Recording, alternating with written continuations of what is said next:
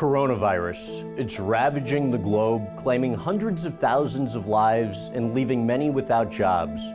We want to take a moment to say thank you to all essential workers for your courage and for your selflessness, allowing us to stay safe during this pandemic.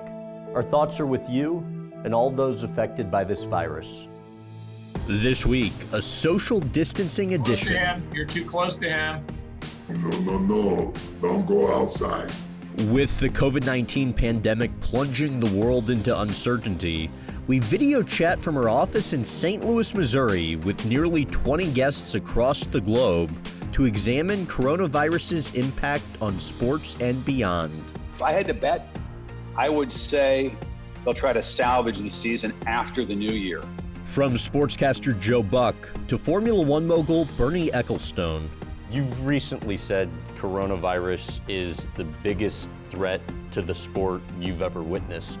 How so? We discuss the circumstances in which sports might return and share messages of optimism during this unprecedented time. In times like this, you really see, I think, the true meaning of humanity. In the end, everything will be okay. And if it's not okay, it's not the end. But we begin with the first NFL figure to test positive for the virus, New Orleans Saints head coach Sean Payton, right here on In Depth.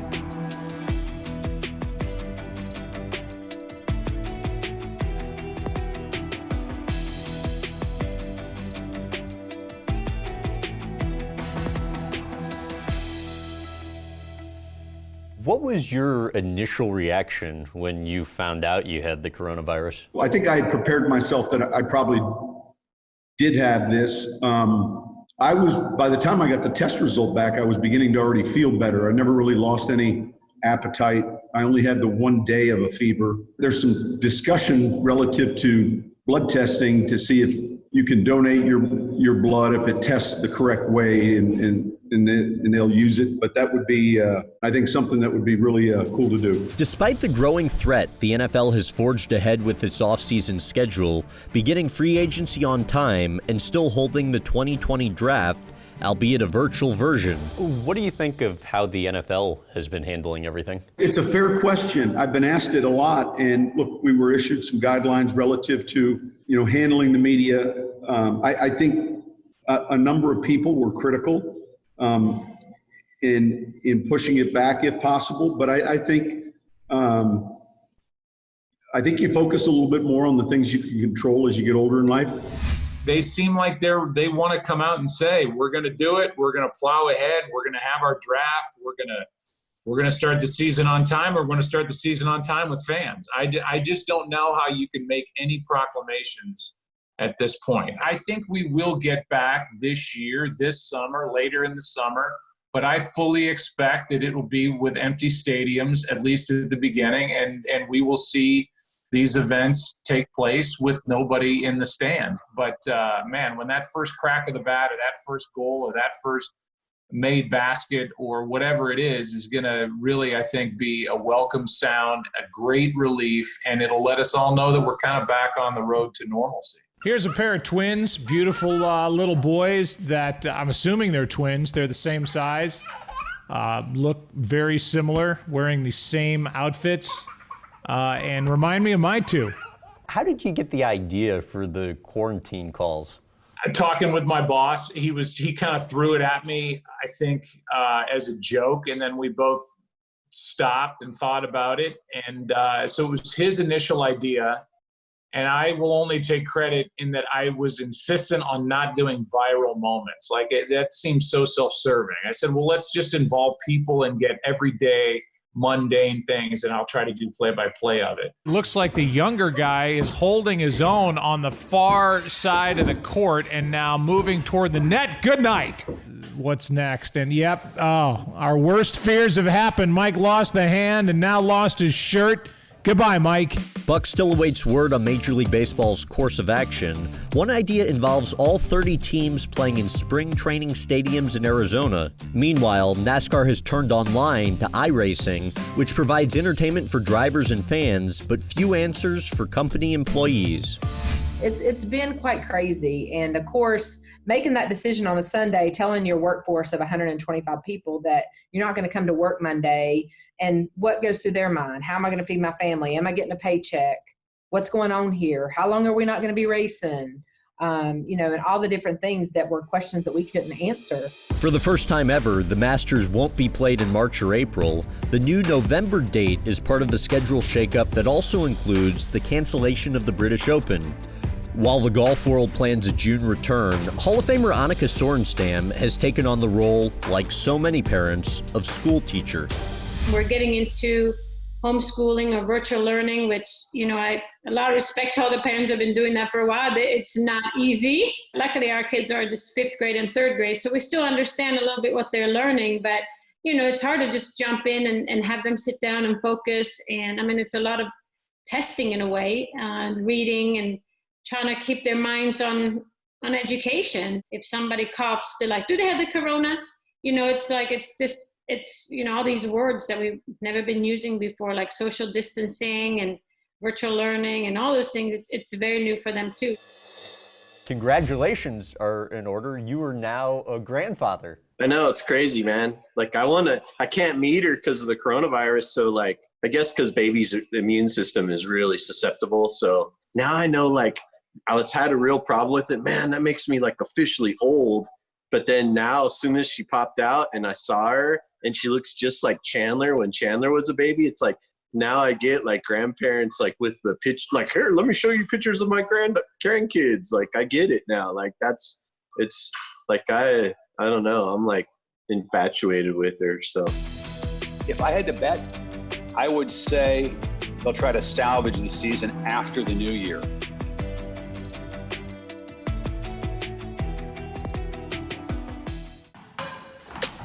The coronavirus pandemic has left Novak Djokovic to figure out other creative ways to play tennis. The crisis canceled Wimbledon for the first time since World War II, and the French Open will now be played in September. As for tennis's other Grand Slam, what do you think happens on the U.S. Open front? Impossible to predict. I think you're going to have voices on both sides of that question because they're being advised by some people that you cannot hope to stage a Grand Slam event in New York in late August to a normal scale.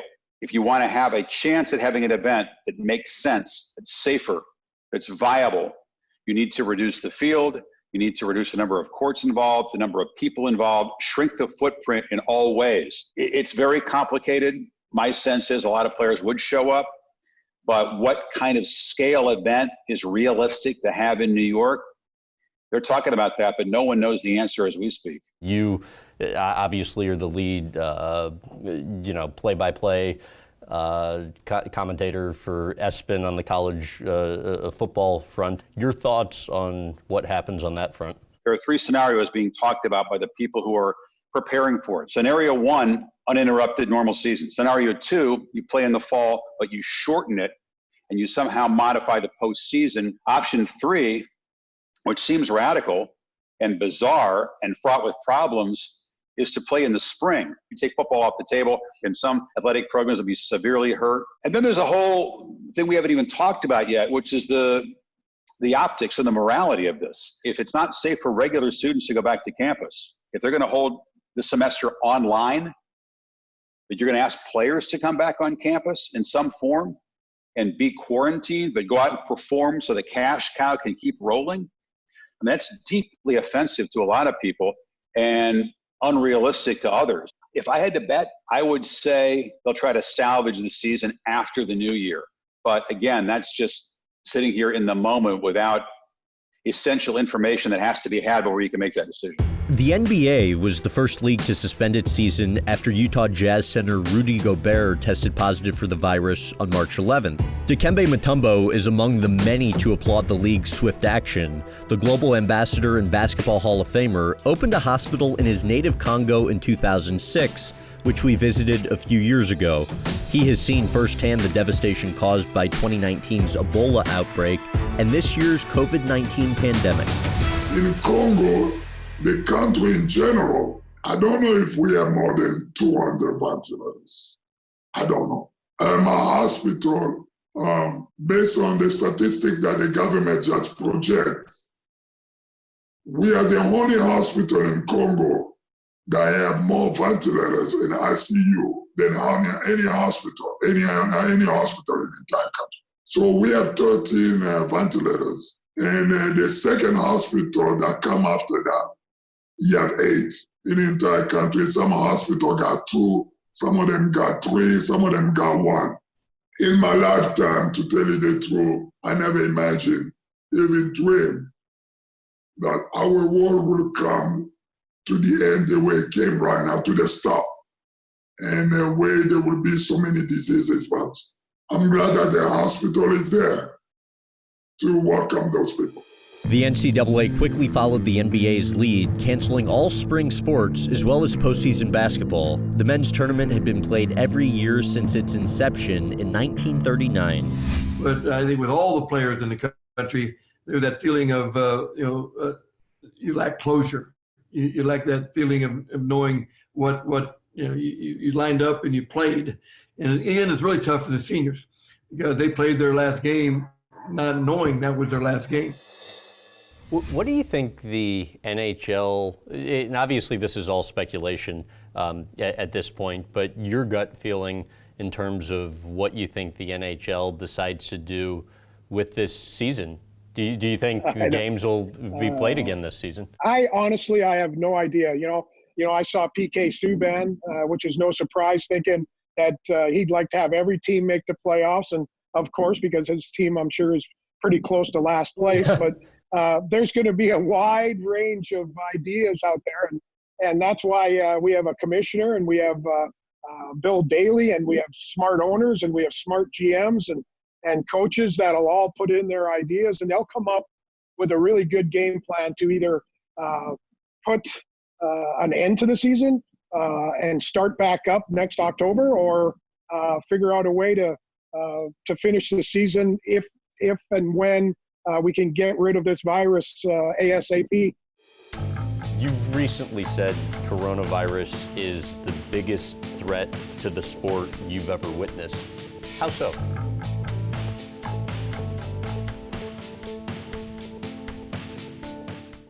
This together. Hey guys, come here. The dogs are fighting. Sweet little Mike. Here, what are you guys doing? We're on. We got Graham on the show. There's Graham. Coronavirus has pushed unemployment to its highest rate since the Great Depression, leading to lines like this at local food banks. Find out how to help those in your community at feedingamerica.org. You've recently said coronavirus is the biggest threat to the sport you've ever witnessed. How so? Well, I mean, all the problems we've had in the past have been problems that we could control if we wanted to. And this one is outside of everyone's control. Your thoughts on the possibility of these teams making ventilators during this time? Well, they are now doing this, but I think I spoke to one of the teams actually. I mean, it's very difficult to put something together that is super, super efficient, will do all the things that the doctors want in a short period. I mean, there's a lot of research and development to go on. And these ventilators, as far as I understand, it's to help people to breathe that are in serious trouble. How does the public response to this hardship compare to others that you've witnessed in your lifetime? Well, I don't think you can compare it to anything, because nothing's happened in the world like this. The coronavirus shockwave also hit the Olympics. The games have been canceled 3 times in history, but never postponed until now. U.S. sports governing bodies are projected to lose a combined $120 million because of the delay. And rescheduling the Tokyo Summer Games for 2021 is no small feat. The Olympics today are probably the most complex and interrelated and interconnected peaceful event on the face of the planet. And there are thousands and thousands of moving parts that will have to be arranged. This involves about 11,000 athletes from 206 countries and 35 to 40 international sports federations. If we get this put together for 2021, it'll be a real indication of how international goodwill, and particularly among the youth of the world can be an example. Tell us about this new virtual testing program and the excitement on your end around that. We've been working on this and are rolling it out, a virtual testing program that will allow us to Zoom or otherwise by video with athletes. Kits have gone out to athletes and the program is on its way. And, you know, a lot of people don't realize we've got roughly 2,500 athletes on our Olympic side, about 550 on our UFC side, athletes, household names who literally provide us their whereabouts 365 days a year, 24 hours essentially a day. So we're always looking for ways to make it more convenient for them, less intrusive. What sticks out to you over the years from your time with the nurses in hospitals, the people that are now on the front lines, obviously, of this battle against coronavirus? So, you know, my best friend since childhood is a cop, and I've been speaking to him every day, and it's, you know, 40% of his department right now is sick, and it's tough, you know, and people are seeing people not making it. There's not enough respirators and things like that. So, you know, I try to give them a little bit of magic if they want, when they have time, just to show that, you know, people, you know, I do appreciate people appreciate what they're doing. These nurses, I mean, they see the patients over and over and over again. They are exposed and then re-exposed and then re-exposed all the time. And so them going home to their family, potentially getting their kids sick or their husband or their wife sick, you know, this is a real thing. And so I'm glad that, again, people are noticing, calling attention to the fact that there's a shortage of resources. And hopefully with that, the spirit of America and the spirit of unity will find those other creative methodologies to help us in this issue. This pandemic is tiny compared to what's coming down the pipe for climate change. On the coronavirus front, how does climate change impact what happens with the virus? With climate change, just everything gets weaker. I mean, as there's this, you have 4 billion years of evolution for this planet to arrive at this moment in time of sort of evolutionary perfection. And you start chipping away at it. And basically the planet gets sick, and the planet, you know, is fighting. It's putting out these diseases, and we're, you know, it's coming from the wildlife. We're eating diseased animals, but then we pass that on to other humans, and off we go from whether it's from bats or pangolins or, you know, from eating monkeys. We viruses are kept in check by healthy environments with diverse and abundant wildlife. But when you rip forests apart and capture billions of animals to feed your insatiable appetite for flesh and false cures, you bring viruses like me out of our natural quarantines. You introduce us to new hosts, like you. This pandemic is tiny compared to what's coming down the pipe through climate change. China and Vietnam, they have now banned consumption of wild animals amid all of this. How do you view that as part of kind of your efforts to, you know, protect these animals? Obviously, I welcomed that when I heard that. But then yesterday or the day before, I read an article that the wet markets are business as usual and have opened up again. It was a bit of lip service. Although, you know, we got to embrace the good and try and be positive and say, well, at least it is a step in the right direction. Now there needs to just be an enforcement of this law. It's a little bit of too little, too late, I suppose, in many respects, because people have been pushing for, or activists have been pushing to shut these markets down for ages, warning of something like this. Explain what you're doing with hand sanitizer and where you're donating it. We have made quite a few, 20,000 immediately to give out, no cost, to people like first responders, people in the medical field that need it, things of that nature. And then we're making some more, and some are being shipped back here to Austin. We have a group going, Keep Austin Fed. This group we have here, it's volunteers. We have almost 200 volunteers. They go around to all the grocery stores, catering services that are still going to houses to deliver some things, and some of the restaurants that have takeout they could go to. They collect food, and then they distribute it to people like Mobile Loaves and Fishes, food banks, elderly people, and so forth. Somebody that's down on their luck looking for a little bit of positive encouragement, what would you say? If you're just sitting around and you have nothing to do, reach out to your friends and your family and tell them how much you care about them. And if they're down, that I'm only a phone call away. In times like this, you really see, I think, the true meaning of humanity. You must keep smiling, because if you smile enough and you laugh enough, there's scientific evidence to show that you can trick your brain actually into being happy.